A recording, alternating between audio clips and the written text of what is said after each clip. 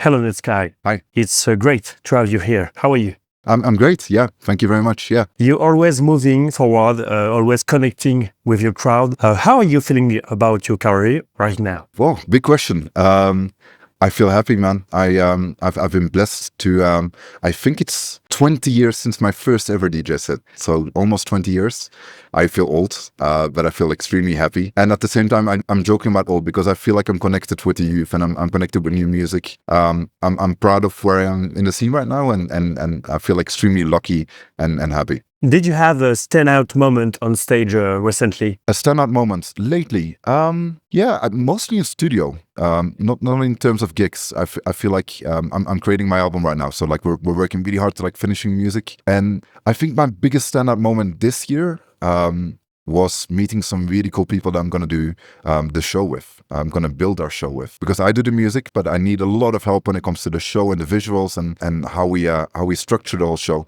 And I'm very happy because I'm working with a guy called Mac Boucher and Ben Dalglash. That Ben is a very close friend of mine. Mac is a new friend of mine. I think that's my biggest standout moment so far. Just having a new team and new energy. Last year, you had a really big moment also because we were at the Belgian National Day last year. Yeah. Just after Tomorrowland, you played an incredible show with Lost Frequencies. That's right. It's huge to see drum and bass celebrated as national heritage. Yeah. What did it mean to you personally to share that stage with Felix? Yeah, man. Like obviously an honor as a Belgian and you know Fête Nationale and Nationale Feest. Like it's you know it brings a country together. I think there was, how many people were there? Like hundreds of thousands. Like it was really big. And yeah, I mean, you know, I have a strong friendship with Lost Frequencies. We've been friends for a long time. He played it the year before. And he was thinking about me for the next year, so I owe it to him. He brought up the idea and people were on board with it, but it was really cool. Yeah. How do you prepare emotionally for a show like that? You know, I think it's important to not make it too big in your head and treat it like another show. You know, with a TV show, often you have to prepare the set very well so that everything is time coded and so that's a little bit more stressful. But it really helps being on stage with a friend. That makes everything easier for sure. Was it the perfect match between the two Belgian universes, between your universe and the Lost Frequencies one? I'd say so, yeah, for sure. It's funny because I like house music. I started on house music and Felix really loves drum and bass. So that there is a melange that works. So yeah, for sure. Belgium has always been a pioneer in electronic music, and you've exported this culture all over the world. Right. How do you view the legacy of the Belgian scene and its massive international impact today? Yeah, it's crazy, right? Like beer, chocolates, and electronic music. It's yeah, incredible. You know, like since the 60s, maybe 70s, like 80s for sure. You can still hear bonsai music like yesterday on the main stage here.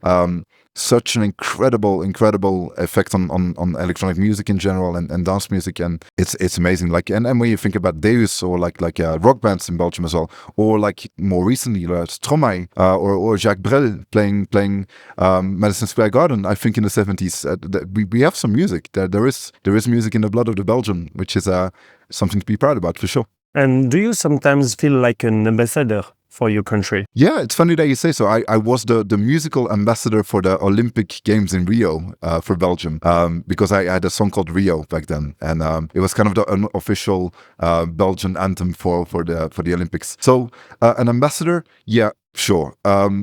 Together with a lot of other artists, but it's a small country and we're all ambassadors of Belgium a little bit, and that feels good. You really built a bridge between Belgian culture and UK drum and bass. Your sound has evolved, but it kept that melodic signature.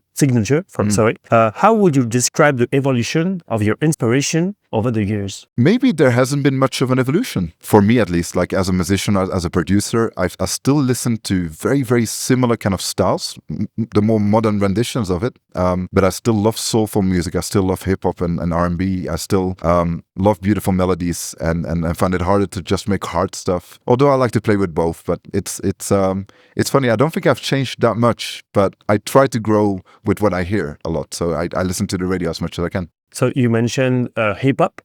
Is it a non-electronic music that inspires you a lot? Or there is something else? Yeah, I think mostly non-electronic music for me. Definitely, yeah. It's like, and even if it's a tiny bit of a melody or like a chord that I really like in a hip hop song, like I'll try and bring that into a more electronic sphere. Drum and bass is going through an amazing phase right now. It's crossing over the main stage and pop music. 100%. As someone who's been at the core for years, how do you see this evolution and its mainstream success? Yeah. It's crazy when you think about worship, for example. They're like touring a lot. It's really cool to see. You know, like it's you're right. Like especially in America, it feels like the first time where drum and bass gets like a bigger spotlights and gets better slots.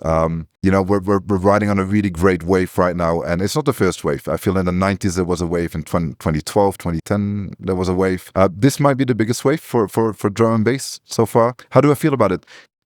There's always pros and cons to everything. It's really nice that, you know, we get opportunities like this right now. The downside might be that, you know, there's a lot of more commercialized kind of like drum and bass coming here and there. And, you know, when you look at dubstep and that whole rise and fall a little bit in Europe, or like that first one because it's still there, I feel like that might have come because it became too big too quickly. And I don't want to be negative about it, because it is a very good opportunity, but it's sometimes something is connected to that. Like that will be my next question. Are you glad to see drum and bass breaking out of the underground? And what's the secret to keeping its soul? Okay, yeah, well, that's the right question. You know, I think it all comes down to the core of making music and being an artist in any field, whether it's a painter or, you know, someone that makes music. I think it's important that the goal isn't success, and the goal isn't, you know, numbers, and it's not listening to the label like you did better this week than last week. And the goal shouldn't be getting extremely famous on social media. It should be making music that you really love yourself and that like that's in your heart. And I think if like enough people follow that kind of guideline, even with a genre that gets extremely popular, there shouldn't be an issue. It's only when people start seeing like there's an opportunity here, and I'm gonna now become a hard techno DJ because it's hot, and all of a sudden everyone's a hard techno DJ or a drum and bass DJ, and it gets a little bit saturated then. But again, I don't want to sound too negative, because it's so nice to have a wave like this, and there's not too many signs for it to like go that way, but that's what I've seen in the past 20 years. That's all I can say. You just mentioned hard techno, because at the same time the whole electronic scene is getting faster. BPM are exploding everywhere. Since you naturally produce and play around 170 BPM, do you enjoy this global frenzy? Does it change the dynamic of your own sets? It's funny, because I feel like drum and bass is 174 BPM often. That's like the typical BPM, but it feels more like 87 BPM to me. Right. And hard techno 150, or like the kind of harder styles, like that feels a lot faster to me. When I dance to drum and bass, I do this rather than this. Yes, you know what I mean? Like, so to me, like drum and bass is one of the slowest genres. It's like hip hop. It's 87 BPM. It's like something you can vibe to a little bit. To answer your question, sorry. So like, after COVID, clearly the BPM is rising, and I enjoy it. I like some of the faster stuff for sure. And why do you think the crowd craves so much speed right now? Yeah, I think it's a reaction to getting stuck inside and during COVID still. I still think that's like part of the aftershock of the shock of COVID for sure. And to conclude this interview, what are your future projects, or where do you want to take the Netsky sound next? That's a good question. Yeah, I think the older I get and the more we play, I want to work with people I really love working with. More than anything, I want to write songs with people that I vibe with, and that I can, you know, tell a story with, that we really do believe, and that's really shared. I think I want to do more and more of that. That's probably where I want to go. That sounds pretty good. Thank you, Netsky. Of course, man. Thank you. This is great. Thank you.